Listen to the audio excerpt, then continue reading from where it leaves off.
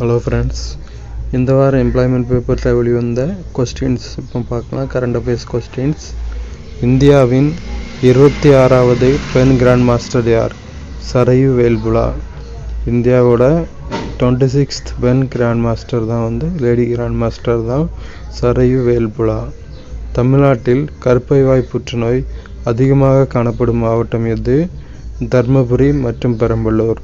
கருப்பைவாய் cancer Dharmapuri மாவட்டம் மற்றும் பெரம்பலூர் மாவட்டத்தில் அதிகமாக காணப்படுது. பயனாளிகளின் இல்லங்களுக்கு சென்று முக்கியமான மருத்துவ சேவைகள் எந்த திட்டத்தின் கீழ் வழங்கப்படுகிறது? மக்களை தேடி மருத்துவம் திட்டம். மக்களை தேடி மருத்துவம் திட்டம் மூலமாக தான் வீட்டுக்கே சென்று மெடிக்கல் சர்வீஸ் பண்ணுற பிளான் பண்ணிகிட்ருக்காங்க கவர்மெண்ட். சென்டினல் 6B செயற்கைக்கோள் எந்த ராக்கெட் மூலம் விண்ணில் செலுத்தப்பட்டுள்ளது? பால்கன் 9. பால்கன் 9 அப்படிங்கிற ராக்கெட் மூலம்தான் சென்டினல் 6B அப்படிங்கிற சேட்டலைட் ஏவியிருக்காங்க. தேஜஸ் MK-1A போர் விமானத்தை எந்த நிறுவனம் தயாரித்துள்ளது? HAL அப்படிங்கிற நிறுவனம் தான் MK-1A தேஜஸ் MK-1A போர் விமானத்தை தயாரிச்சிருக்கு. 2025ஆம் ஆண்டுக்கான பிரபஞ்ச அழகி பட்டத்தை வென்றவர் யார்? பாத்திமா போஸ். 2020 பிரபஞ்ச அழகி மிஸ் யூனிவர்ஸ் பட்டத்தை வாங்கினது பாத்திமா போஸ். ஆபரேஷன் சைஹாக் எதனுடன் தொடர்புடையது? சைபர் மோசடிகளுக்கு எதிரானது. சைபர் கிரைம் பற்றினது தான் ஆபரேஷன் சைஹாக். அறிவால் செல் நோய்க்கான இந்தியாவின் முதல் உள்நாட்டு மரபணு சிகிச்சைக்கு யாருடைய பெயர் சூட்டப்பட்டுள்ளது? பிர்சா முண்டா. அறிவால் செல் நோய்க்கு உள்நாட்டு மரபணு சிகிச்சைக்கு யாரோட பெயர் வச்சுருக்காங்கன்னா பிர்சா முண்டா கிளர்ச்சியோட தொடர்புடைய அவரோட பெயரை வச்சுருக்காங்க. காசி தமிழ் சங்கமம் 4.0 நிகழ்ச்சியின் கருப்பொருள் என்ன? தமிழ் கற்கலாம். காசி தமிழ் சங்கமம் 4.0 இந்த நிகழ்ச்சியோட கருப்பொருள் தமிழ் கற்கலாம். கோவை செம்மொழி பூங்கா எத்தனை ஏக்கர் பரப்பளவில் அமைக்கப்பட்டுள்ளது? 45 ஏக்கர். கோயம்புத்தூரில் இருக்க செம்மொழி பூங்கா 45 ஏக்கர் பரப்பளவில் அமைக்கப்பட்டிருக்கு. மாற்றுத்திறனாளி மாணவர்களுக்கு சிறப்பு கல்வி வழங்க அறிமுகப்படுத்தப்பட்ட செயலி எது? நலம் நாடி செயலி. டிசேபிள்டு பர்சனுக்கு ஸ்பெஷல் எஜுகேஷன் கொடுக்கறதுக்காண்டி இன்ட்ரோடியூஸ் பண்ண ஆப்பு தான் நலம் நாடி அப்படிங்கிற ஆப். மத்திய அரசால் நிர்யாத் புரோத் சாகன் திட்டம் எத்தனை ஆண்டுகளுக்குள் செயல்படுத்தப்பட உள்ளது? 6 ஆண்டுகள். சென்ட்ரல் கவர்மெண்ட் நிர்யாத் புரோத் சாகன் அப்படிங்கிற பிளானை 6 வருஷத்துக்குள்ள செயல்படுத்துறதுக்கு பிளான் பண்ணியிருக்கு. ஐநாவின் வருடாந்திர பருவநிலை உச்சி மாநாடு எந்த நாட்டில் நடைபெற்றது? பிரேசில். ஐக்கிய நாடுகள் சபையோட இயர்லி பருவநிலை உச்சி மாநாடு பிரேசிலில் நடைபெற்றிருக்கு. உச்சநீதிமன்ற புதிய தலைமை நீதிபதியாக பொறுப்பேற்றவர் யார்? சூரியகாந்த். சுப்ரீம் கோர்ட்டோட புது ஹெட் ஜட்ஜா பொறுப்பேற்றவங்க சூரியகாந்த். INS மாஹே என்பது என்ன? நீர்மூழ்கி எதிர்ப்பு போர்க்கப்பல். INS மாஹே அப்படிங்கிறது நீர்மூழ்கி எதிர்ப்பு போர்க்கப்பல்.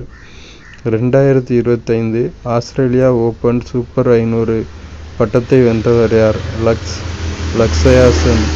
2025க்கான ஆஸ்திரேலியன் ஓபன் சூப்பர் 500 அப்படிங்கிற பட்டத்தை வென்றவர் Lakshya Sen. 2025 Las Vegas grand prix F1 போட்டியில் வெற்றி பெற்றவர் யார்? மேக்ஸ் வெர்ஸ்டப்பன். 2025ஆம் ஆண்டு loss Vegas grand prix F1 கேமில் வெற்றி பெற்றவர் மேக்ஸ் வெர்ஸ்டப்பன். அண்மையில் காலமான கவிஞர் ஈரோடு தமிழன்பனின் இயற்பெயர் என்ன? ஜெகதீசன். ஈரோடு தமிழன்பன் அவரோட இயற்பெயர் ஜெகதீசன். போட்டித் தேர்வு பயிற்சி மையங்களின் விளைவுகள் குறித்து ஆய்வு செய்ய எத்தனை பேர் கொண்ட குழு அமைக்கப்பட்டுள்ளது? 9 பேர். போட்டித் தேர்வு பயிற்சி மையங்களோட விளைவுகள் குறித்து ரிசர்ச் பண்ணுறதுக்கு 9 பேர் கொண்ட கமிட்டி அமைக்கப்பட்டிருக்கு. 2025ஆம் ஆண்டுக்கான உலகளாவிய மேம்பாட்டு உறுதிமொழி குறியீட்டில் இந்தியா எத்தனையாவது இடத்தை பிடித்துள்ளது? 36வது இடம். 2025ஆம் ஆண்டுக்கான உலகளாவிய மேம்பாட்டு உறுதிமொழி குறியீட்டில் இந்தியாவோட இடம் 36வது இடம், 36th place. 16 வயதுக்கு உட்பட்டவர்கள் சமூக ஊடகங்கள் பயன்படுத்துவதை தடை செய்ய இருப்பதாக எந்த நாடு அறிவித்துள்ளது? மலேசியா.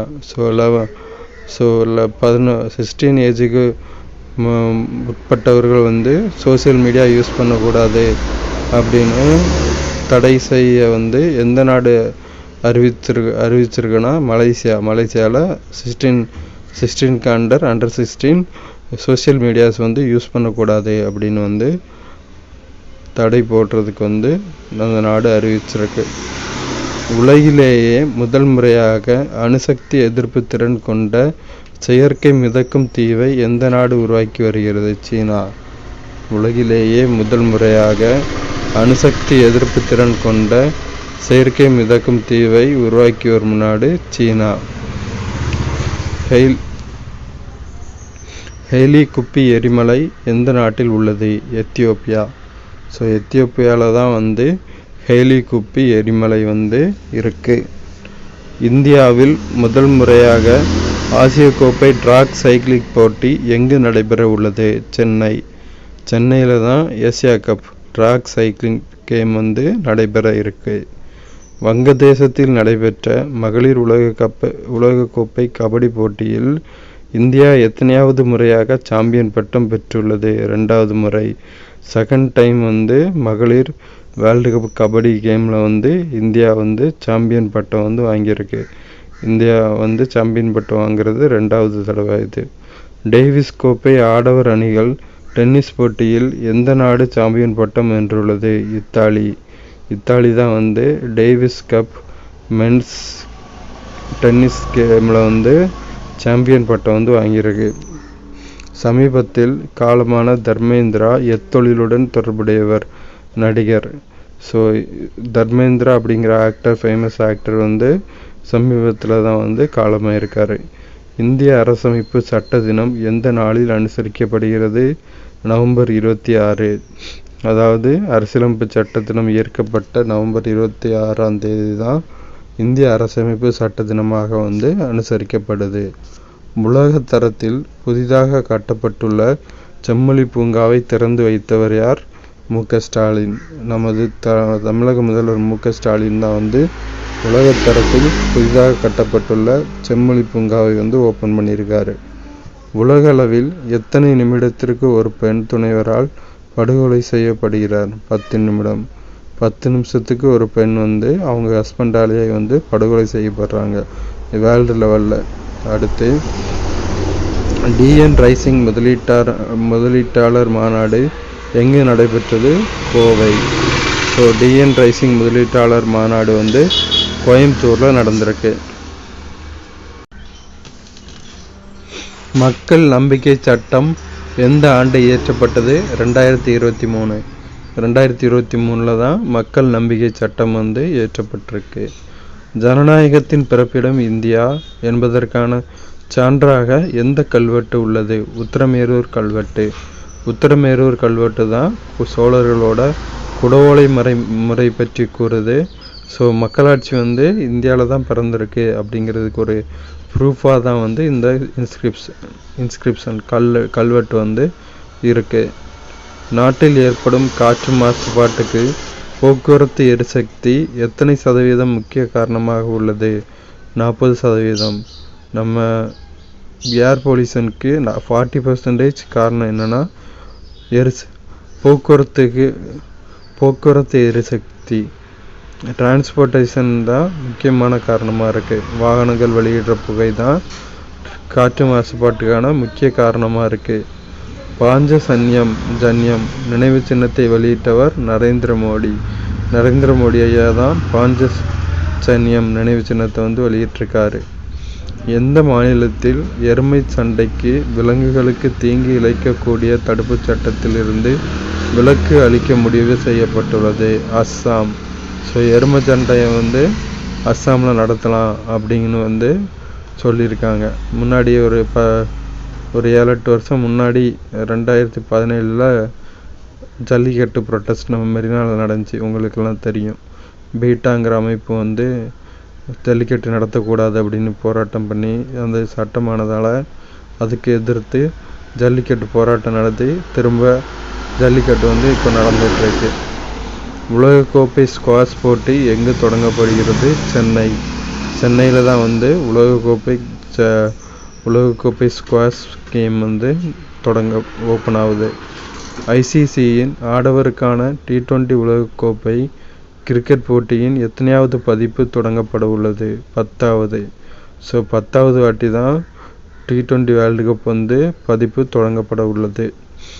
அரிய புவிக்காந்தங்கள் உற்பத்தியை ஊக்குவிக்க எத்தனை கோடி மதிப்பிலான திட்டத்துக்கு மத்திய அமைச்சரவை ஒப்புதல் வழங்கியுள்ளது? 7280 கோடி. 7280 கோடி மதிப்பில் வந்து புவிக்காந்தங்கள் உற்பத்திக்காண்டி மத்திய சென்ட்ரல் மினிஸ்ட்ரி வந்து ஃபண்டு ஒதுக்கியிருக்காங்க. மும்பை தாக்குதல் நினைவு தினம் எந்த நாளில் அனுசரிக்கப்படுகிறது? நவம்பர் 26. நவம்பர் 26 2008 தான் வந்து மும்பையில் டெரரிஸ்ட் அட்டாக் வந்து நடந்துச்சு. சூரிய கிரண் என்பது எந்த இரு நாடுகளுக்கிடையேயான கூட்டு இராணுவ பயிற்சி? இந்தியா மற்றும் நேபாளத்தோட கூட்டு இராணுவ பயிற்சிக்கு பெயர் தான் சூரிய கிரண். நாட்டின் முதல் உள்நாட்டு கப்பல் போக்குவரத்து மேலாண்மை அமைப்பை எந்த IIT உருவாக்கியுள்ளது? சென்னை IIT மெட்ராஸ் தான் நாட்டில் முதல் உள்நாட்டு கப்பல் போக்குவரத்தை வந்து மேலாண்மை அமைப்பை வந்து உருவாக்கியிருக்கு. ஆட்டோ மற்றும் கால் டாக்ஸிகளில் குறைந்த கட்டணத்தில் பொதுமக்கள் பயணிக்கும் வசதியை ஏற்படுத்த எந்த செயலி உருவாக்கப்பட்டுள்ளது? பாரத் டாக்ஸி அப்படிங்கிற ஆப்பு தான் வந்து ஆட்டோ கால் டாக்ஸிகளில் வந்து கம்மியான சார்ஜில் பொதுமக்கள் பயணிக்கும் வசதியை வந்து ஏற்படுத்த உருவாக்கியிருக்கிற ஆப் ஆகும். அந்த ஆப்போட பேர் பாரத் டாக்ஸி. இந்தியாவின் முதல் உலகளாவிய விமான என்ஜின் பராமரிப்பு பழுதுபார்ப்பு மையம் எங்கு அமைக்கப்பட்டுள்ளது? ஹைதராபாத்தில் தான் இந்தியாவிலேயே ஃபஸ்ட்டு வேர்ல்டு லெவலில் வந்து ஃப்ளைட் என்ஜின்ஸ் வந்து ரிப்பேர் பண்ணுற இடம் வந்து மையம் வந்து சென்டர் வந்து அமைக்கப்பட்டிருக்கு. FIH ஆடவர் ஜூனியர் உலகக்கோப்பை ஹாக்கி போட்டி எங்கு தொடங்கப்பட உள்ளது? சென்னையில் தான் வந்து FIH men's junior world cup hockey game வந்து தொடங்கப்பட இருக்கு. 2030 ஆண்டுக்கான காமன்வெல்த் விளையாட்டுப் போட்டிகள் எந்த மாநிலத்தில் நடைபெற உள்ளது? குஜராத்தில் தான் வந்து 2030க்கான காமன்வெல்த் விளையாட்டுப் போட்டிகள் வந்து நடைபெற இருக்கு. நால்சாவின் புதிய நிர்வாக தலைவராக நியமிக்கப்பட்டவர் யார்? விக்ரம்நாத் அவர் தான் நால்சாவோட புதிய மேனேஜிங் டைரக்டராக வந்து நியமிக்கப்பட்டிருக்காரு. கோவாவில் நடைபெற்ற 11வது ஃபிடே உலகக்கோப்பை செஸ் போட்டியில் சாம்பியன் கோப்பை வென்றவர் யார்? ஜாவோகிர் சிண்டாரோவ் அப்படிங்கிறவர் தான் கோவாவில் நடந்த 11th FIDE world cup chess கேமில் வந்து வென்றிருக்காரு. 2026 ஆண்டுக்கான T20 உலகக்கோப்பைக்கான பிராண்ட் தூதராக நியமிக்கப்பட்டவர் யார்? ரோஹித் சர்மா அவர் தான் 2020க்கு T20 வேர்ல்டு கப் பிராண்ட் அம்பாசிடராக வந்து நியமிக்கப்பட்டிருக்காரு. அவ்வளோதான்.